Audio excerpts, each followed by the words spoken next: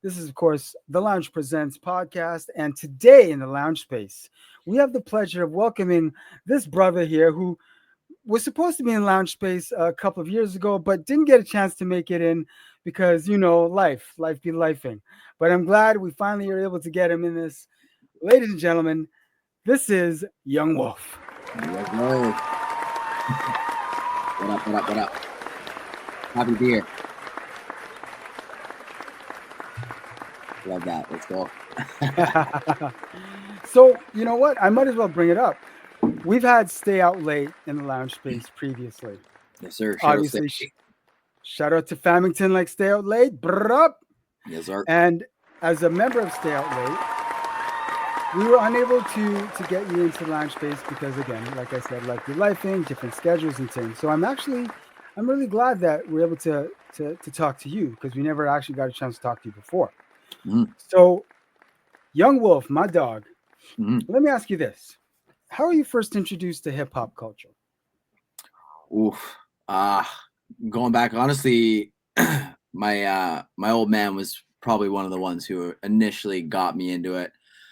Back in the day, just like he'd take me to hockey practice, hockey games, baseball, and all that. And he was always very musically inclined. He was like that. He was like the party goer guy. He was always cutting a rug on the dance floor and whatnot. So his playlist was pretty vast. He introduced me to like a lot of Pac, a lot of Biggie, a lot of Outkast. Outkast was a big one. Man. A lot of even like Nelly Furtado. This guy just like put me on to just like R&B, dance music, everything as a whole early on as a kid. And it just like, I don't know, it just got me into like just finding rhythm in things. Like I was in a band when I was younger too. It just got me into music as a whole. Yeah. And honestly, I didn't really think that I would take music as far as I ended up doing it. Okay. I was always into sports, just kind of chasing the high of being like around people and whatnot until I went to my first rave, to be honest. And then before that, even my first hip hop show, I really got into Wiz Khalifa in my high school days. Okay. Me and my boys were all about like Taylor Gang life. So I used to rock a chain and everything, like with the bomb sapphire pendant, thinking I was part of Taylor. Fandom is real. Yeah. I thought we were part of like the Pittsburgh squad for sure. But no, man, I just any kind of music really is just always been. I've just liked to dance. I've liked to bob my head back and forth. Anything that hits my ear that feels good, makes me feel something, is just like I just love it. I feed off of it, right? And fast forward a little bit, starting to listen to like EDM music, that just hit home completely. Like my first rave, going to Government, RIP Government. Oh, RIP Government. What? Yeah, that was my first ever rave, first ever time being in that scene, and it just changed everything. Like, I saw DJs up on the stage just killing it, seeing how people reacted, just to like, instead of doing that full live show aspect, like, like a Wiz or like any kind of hip hop artist would do, stage performance wise, it's just a guy, turntables, and him or a girl doing their thing. Yeah. And just killing vibing. Just vibing. Yeah. So I'm like, man, that seems so cool. Like, I want to try that. And next thing you know, me and my buddy, actually at the time, it was still my best friend to this day, we started our duo called Mike Taylor. Okay. And then from there, we learned everything. We got a DAW. We got all the essentials to kind of start out. Just started playing with samples and everything. Yeah. Got Fruity Loops, GarageBand, everything. And I don't know, man. We just kind of branched out, started doing our thing, and here we are now. It's been a crazy road. That's dope. You obviously grew up around a gang of music. Yeah, big time. Yeah. That's dope. Do you think that growing up around all that music had a hand in you being in the position you're in now? Absolutely do. Yeah, absolutely. Like, I mean, I didn't really think too that it would take me to a more serious aspect. Like, I always dreamed of wanting to do that. That was always the goal. Okay. But, everybody isn't thinking that they'll finally make a name for themselves. Really, like, it's a dream. It's a pipe dream. That's what I had a Yeah. lot of people tell me while I was doing it too. Like, oh, like, maybe keep Okay. it as a hobby. Focus on your career path. You got a good job ahead of Right. you. It's like, I don't know, man. I feel like I have a little bit more in me to give to just the music scene, and to me, myself, my friends and family. Like, just I'm just always been very passionate about it, Yeah. for it to not just be a hobby anymore. You know what I mean? Right. Right. So, and it wasn't until, like, honestly, like, shout out to Stay Out Late Boys. They gave me a really good entrance into, like, more live shows. Like, I played bar scenes and whatnot, small venues and whatnot here and there, starting out. But then once I met those guys, started playing bigger venues in front of bigger crowds. Wasn't necessarily like the type of stuff I originally envisioned myself doing, but Right. it was fun. You got the team aspect. Yeah. Everybody's having fun. The energy is up all the time in the studio, at shows and whatnot. And then, honestly, up until like this year, it really started to hit, where I started getting booked. Like, I just, I'm sure you saw, I just played Rebel for the first There. time. Yes, So sir. yeah, that's been on like my bucket list of venues to play. So I'm just happy to see where I've brought it from, aside from being a hobby now to, like, my passion is Yeah. slowly turning into like a career opportunity. You know what I mean? Yep. Yep. Cool. Yeah. Well, I mean, I found after, I've I've obviously talked to a lot of people Yeah. doing this thing. Hip hop often is an entry point for a lot of people 100%. into a wider world of sound, Mm-hmm. right? Absolutely is. Absolutely. And it's really not that big of a secret. Like how many DJs that I've met in my lifetime, it all started with hip hop. You know what I mean?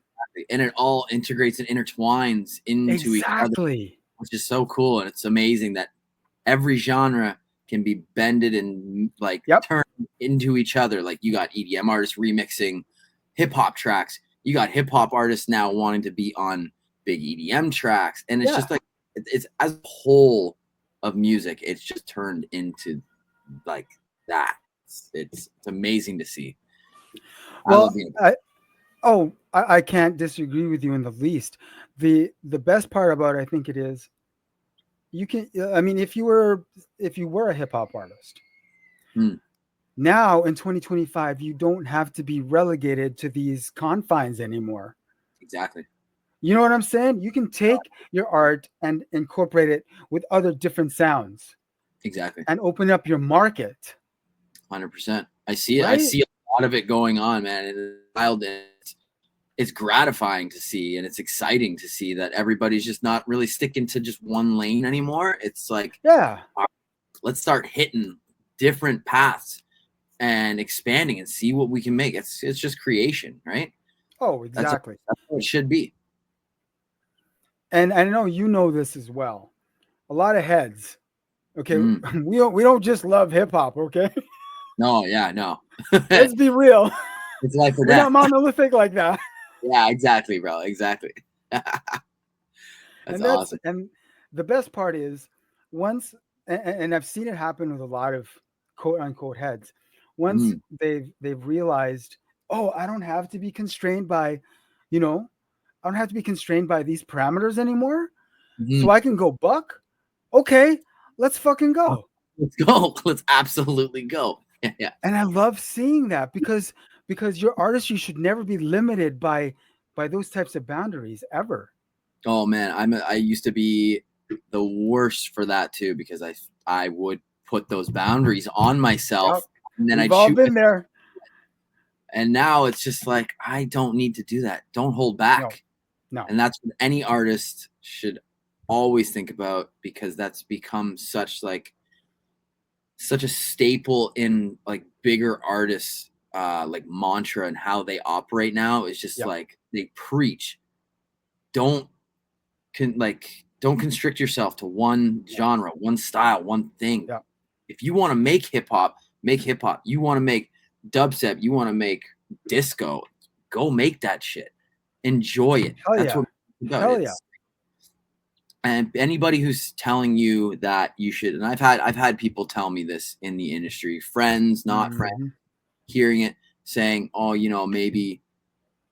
maybe you should like think about rebranding now because you've put out this style and now you're switching it up completely to a different style, so your quote unquote fan base that you've already made for yourself is kind of confused at this point." But I disagree. I think it's just like, your fan base is your fan base. They want to listen to whatever you put out, Yeah. and they should be excited for if like you're switching it up, Exactly. keeping it different, like not hearing the same sounding shit Yep. every release. You know what I mean? Yep. It keeps it interesting. That's what I've always felt too. And I have a lot of other people and artists that definitely agree. Some people, if that's your thing, that's your thing. It is what it Bare facts. is. Bare Yeah. facts. And especially if you're a DJ, right? Like, I mean, there might have been a time when hip hop DJs, they were just hip hop DJs. Yeah. Boom. You were just gonna see them playing at a hip hop club or a hip hop show or a hip hop lounge, and that's it. Da da da da da. Exactly. Right? But thankfully, we're no longer in those times. No. We're now at a point in 2025 where a hip hop DJ can go there and they can flex their house Jones. Exactly. They can flex their drum and bass Jones. They Yep. can flex their UK garage Jones, their trap Jones, the dubstep Jones. Yeah, yeah.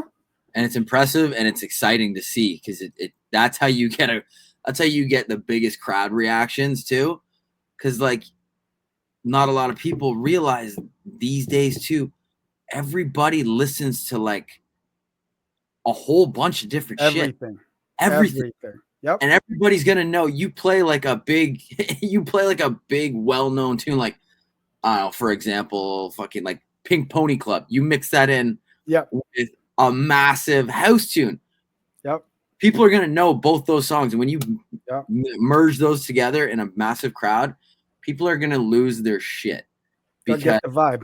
You get the vibe, exactly, and it's so cool to see, and because it's unexpected, but when it hits, it absolutely hits. Well, see, that's why when I saw you with Stay Out Late, I was like, and I think one of them actually told me like, "Yo, he plays hip hop, but he's not just a hip hop DJ." FYI, I'm like, okay, bet. Yeah. And that made me, like, not saying if you're just hip hop DJ, you're not interesting, but it definitely made you a little more interesting. Yeah. You know what I'm saying? It's like, oh, so he's not just about hip hop. Okay. Yeah. Let's check his shit out. Right? It piques your interest a little more. It's like, okay, so what else are you about then? Yeah, yeah. And I definitely had that too when I was still working with them consistently. Like my favorite thing about our collective, and when we were going strong with that, is that they always tried to incorporate in our live shows, a bit of my own stuff, as opposed to just the hip hop stuff that we've made as a collective or on their own with other producers and what have you, which I was always absolutely 100% grateful for. And sometimes it hit, sometimes it didn't, but it was still fun, and it was still gratifying to be able to, like, you know what, let's see what happens. And it's humbling, right? So I think it's dope because not only does it show their trust in you as a team member, that regardless of how you flex, you know what I'm saying, you're still gonna fucking rock that shit. 100%. You know what I mean? Yeah, as you should. As you should. Right? You're an artist, man. Go out there and be an artist. Thank you. That's what it comes down to. You are an artist, and as an artist, no preconceived notions or opinions should ever stifle whatever comes out of your soul. Facts. because that's where this comes from. It comes from your soul. So exactly. You know what I'm saying? Yeah. So when I heard the Buried Alive EP, which isn't as new anymore Yeah. because you dropped some shit since. Yeah. We got some new stuff going on. Honestly, this year has just been fucking insane for me. But I told myself at the beginning of the year, I was like, I'm putting out like 3 times as many songs as last year. This year, I wanted to make this year different than all the rest. Dope. So that's why like everything kind of revolved around the EP because it was my first EP. Like aside from Fabergé and the album with Stay Out Late, I had never put out an individual EP or album for myself. So it was just like, all right, once this is done, go off of this and just keep fucking pushing and pushing, and been kind of doing just that. You know what I mean? So I'm happy with how it all turned out. Well, I definitely give you full propers. I appreciate that. Okay, because I put it on and I'm like, okay, I see where he's going with this. All right, I'm feeling this. And then on a second listen, this is kind of like personally, this is kind of like a barometer for me, I guess. Yeah. After the first listen, I'm taking it in and absorbing. On the second listen, it's time to vibe. And then on the second listen, if I pull out the portable turntable and feel like I want to cut over it, that's vibing. Let's go. And that's so it happened. I was like, yo, I think I want to pull out the portable right now. I do it. And then then I start cutting to it. And I'm like, fuck sick. Yeah, that's fuck fire. Yeah, that's that's so great. I do remember you messaging me and saying that. I was just like, yo, that was real. That was fuck. I love that shit. That was real. You know what I'm saying? Because as you know, turntablists, we will fucking rock over anything. Anything, 100%. It's not just going to be hip hop. We will fucking rock over anything. 100%. And you know what I mean? I give mad props to you because I can't. I'm a DJ, but you put vinyl in front of me and shit, I'm not gonna be able to scratch. I haven't ever had anybody really teach me to. I'm gonna try my best, but it's probably gonna sound chop. So. You know what? Just because it's not in your toolbox today, doesn't mean it won't be in your toolbox 2 years from now, 5 years from now, tomorrow. You know what I'm saying? Hey man, and I'm always open to learning new stuff especially when it comes to DJing. So there you go. I might have to how would you describe the Buried Alive EP? So the way I wanted to do it is at first, like, going over all the tracks, I was like, my whole thing was, are they all cohesive with each other? Are they all telling the story that I want them to tell as a whole and also individually? Yes. And so with the opening track, Egress, I wanted to make it like I've always just envisioned making soundtrack style music, like I'm in a movie or something, like, so it's like your walkout song, you know what I mean? Yeah. Slow, but also like a little bit badass, and just like when that started to come together, I'm like, okay, fuck, you know what? Because I had already, that one actually surprisingly came after the Buried Alive, the actual song, and then Holding On to You. And then I moved around that. Mm-hmm. And so I'm like, okay, let's put this song first because it's a little slower, more on the downbeat side of things, where the other ones get a little bit more high energy. As far as like Egress, I probably wouldn't play at a live show unless it was legitimately like my intro song, right? Right. Especially the tempo switch is slower than the others. Yeah. But honestly, I just like, I felt I needed a good lead up track into the rest, because the rest of the tracks were rather emotional for me. They were like written more from my personal life. So I was like, okay, I don't want to keep this super like too not dark, but like wholesome-y from the heart type shit. You know what I mean? Got to be Yeah. a little bit more my personality as well. You know what I mean? Yeah. So then like moving into Buried Alive, that was just basically that was just about me as an artist coming out and just being kind of like shit on throughout my music career from the start, Mm. and like feeling like you've been so suffocated with negative ass energy that a lot of people have just thrown in your face and kind of saying like, you hang up the fucking gloves. It's just Jeez. keep it as like a hobby, you know what I mean? And I was Yeah. always, no, man, this is me. This is who I am. This is what I love to do. Yeah. Um, and then just like, so I wanted it to be really, really powerful energy coming in the drop section. Um, and then just like still a little bit emotional because I'm an emotional guy at times.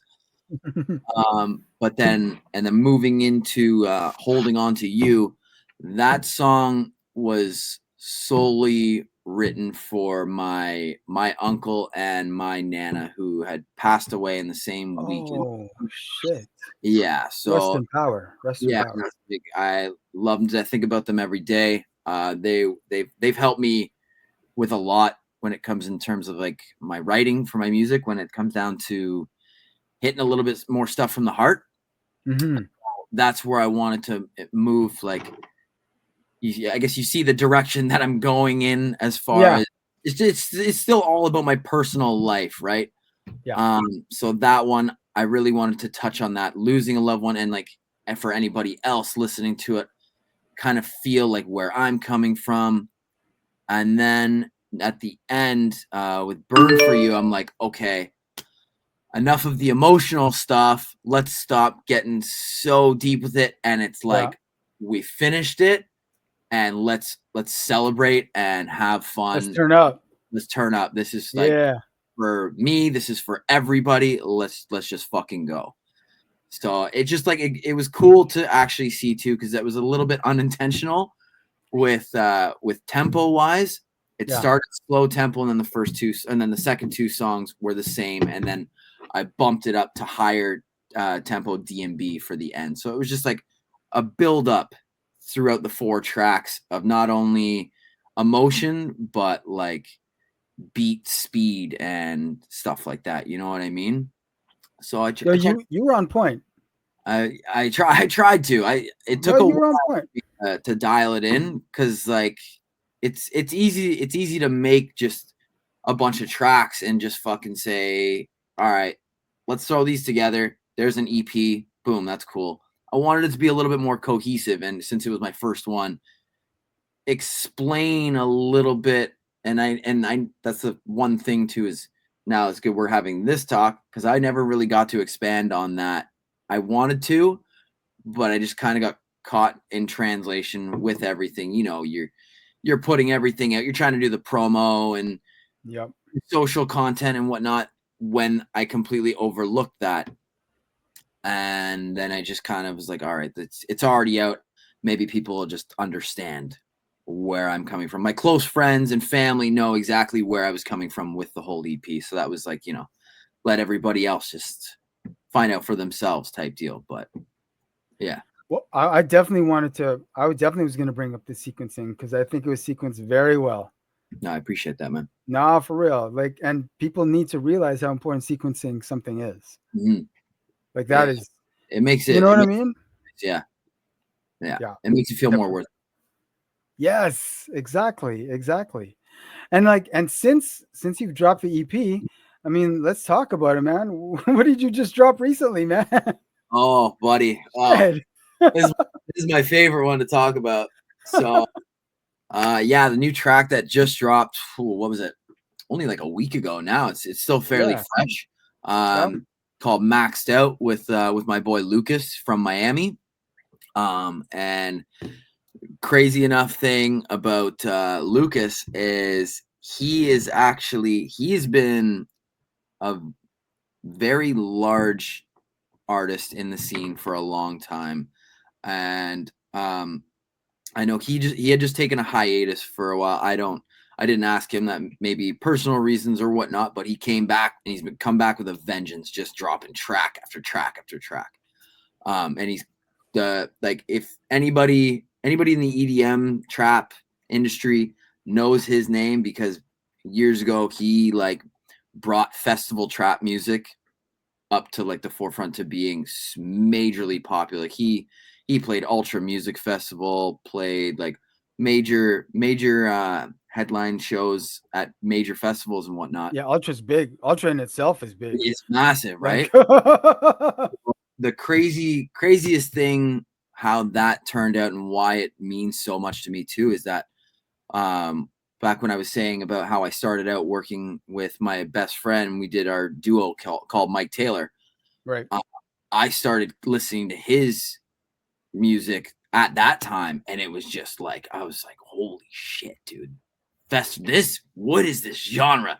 This is crazy. He's like remixing big room house tracks into these trap remixes, and they just go fucking off. They're so nasty. So he got me in to festival trap music. Okay. So one of the very first songs I ever remixed at all was actually one of his tracks off one of his EPs way back in the day. So when he actually found me on SoundCloud after I dropped one of my songs called Underground. Nice. Yeah, I went on SoundCloud and just went on my notifications, and I'm like, Lookas is following you. I'm like, you gotta be fucking kidding me. I love this guy. He's like he's one of the OG like idols of getting me into trap music. And I'm like, no, wait, dude. Follow him back. Like, hit him up on Instagram, made a little post. Was like, bro, I appreciate you following me, blah, blah, blah. And he's like, yeah, no, man, it was a no-brainer. The track's fire. And then I was honestly, I actually messaged my boy Taylor about it, because he was like, holy shit, this is crazy. Like, we did the remix for Samurai back in the day. How crazy is this? Whatnot? And he's like, you should ask him to collab. I'm like, oh, fuck. Do I do it? Do I risk it? So I did it. I messaged him like, hey, brother, if you're ever interested in a collab, I'd be absolutely down. You know, big fan. And he left me on red for 24 hours. And I was like, I messaged my boy back. I'm like, well, I shot my shot. It was worth it. Whatever. Fucking had to do it. But I guess he's not interested.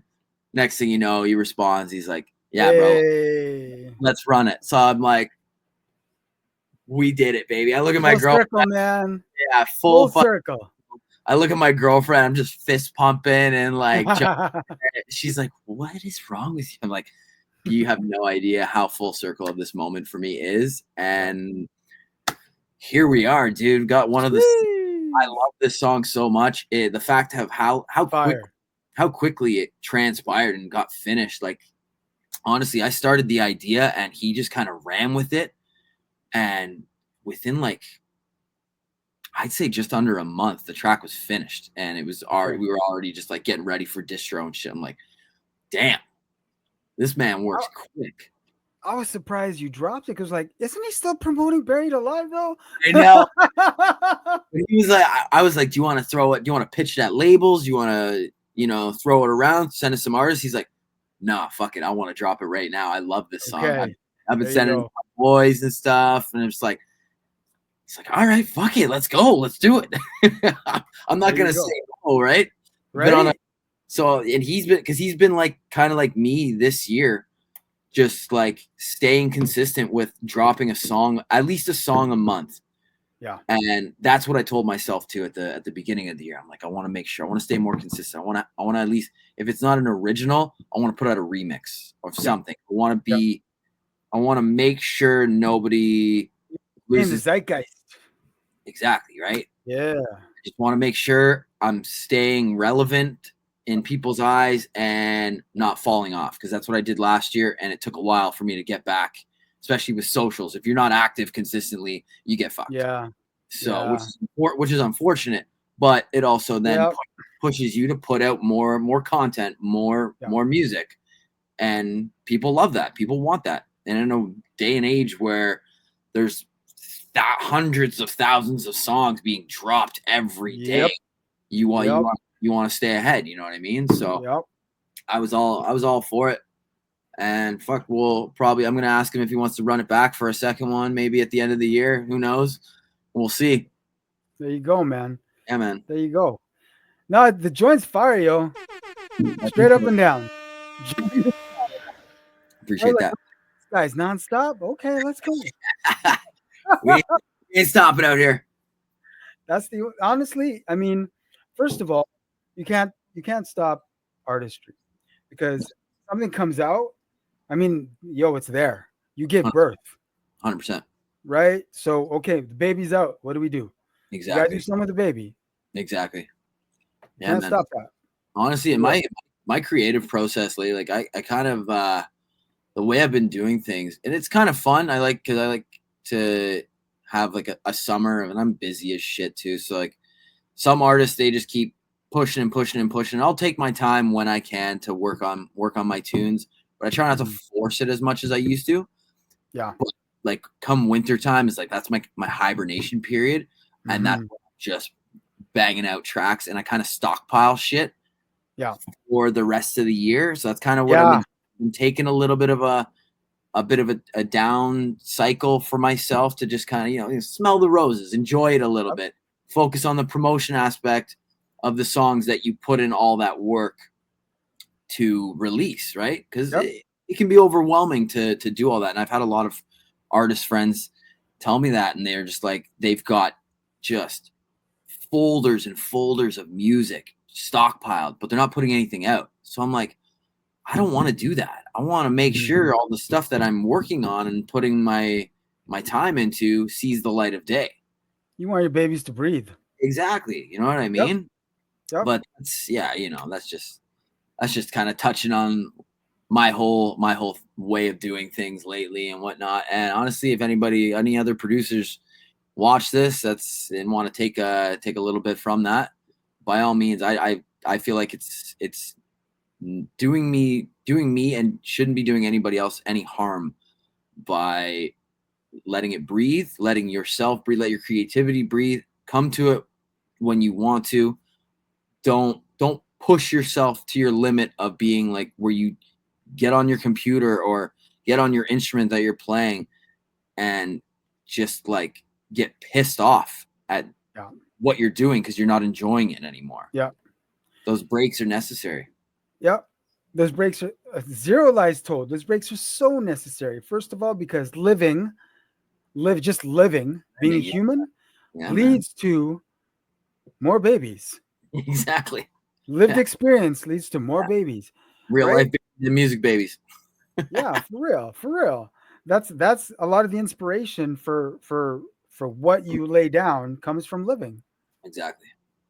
I feel you completely. I honestly hope to eventually get to where you're at. I'm like at this point I'm only about edits. Yeah. Just because like it's a time thing, you know what I mean? And to really start producing original, you really got to invest the time, and sometimes all the time isn't there.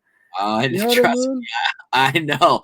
Yeah, man. That is the best way to really start finding your own type of sound. Branch off of, because like you don't have to, like, that's one thing too a lot of people think of is like making your sounds from scratch. Everyone wants to be like a crazy sound designer and do all this stuff. Yeah. Dude, your favorite artists aren't even really doing much of that shit anymore. Yeah. There's so many means of getting creative with sounds and doing other things, right? Like edits, remixes, mashups, do all that shit because it will spark the original creativity 1000%. Exactly. Yeah. And you'll find, and I know you can speak to this for other artists out there, whether you're a DJ or whatever, any type of artist that you are, if you start to open up a new cipher and then those you put those out and then you get responses, oh, that's it. It's game over. It's like, oh, so y'all dug that? Okay. Be honest, Word. right? 100%. And then that opens up. Then you're like, so I can explore that. Yeah. Let's go. And it'll be completely fine for me to explore that. Yes. Yeah, man. Exactly. Yeah. I feel you completely, man. I feel you completely. Oh, yeah. Jeez. Oh, yeah. Man, I know we don't have as much time, but I hope this isn't the last time we get you in the lounge space. Oh, we'll be back. Okay, because I know you're not gonna stop dropping music, dog. No, I got lots of music coming up, and honestly, I got Man, a lot of show announcements coming up soon too that are okay. quite. I can't really speak on it much right now because it's not Of fully course. official yet. But Of course. just know there's stuff in the pipeline, and I've been working with some really amazing people that do some amazing things in the nightlife, in the nighttime district, whatever, like club shit in Toronto. Let's go. And they're helping put me on, and I'm super Let's grateful go. for it. So yeah, Hell yeah. I'm hyped for these announcements that I get to drop soon. Well, There you go. we'll be back for another interview. Trust me. I'm saying. Yeah, So we have the Buried Alive EP out. We've got the Maxed Out joint out. All of them are on DSPs, right? every single one. Yeah, you can find it on Spotify, Apple Music, SoundCloud, any streaming platform you listen to. You're gonna find it there. There you go. Yes, sir. Yo, I appreciate the time you gave us, man. Yeah, Respect man. all day. I appreciate you, dog. Most Always, def. always a pleasure. Hey, until we get back in here, okay? Yes, sir. All right. Thanks, man. Respect. Easy.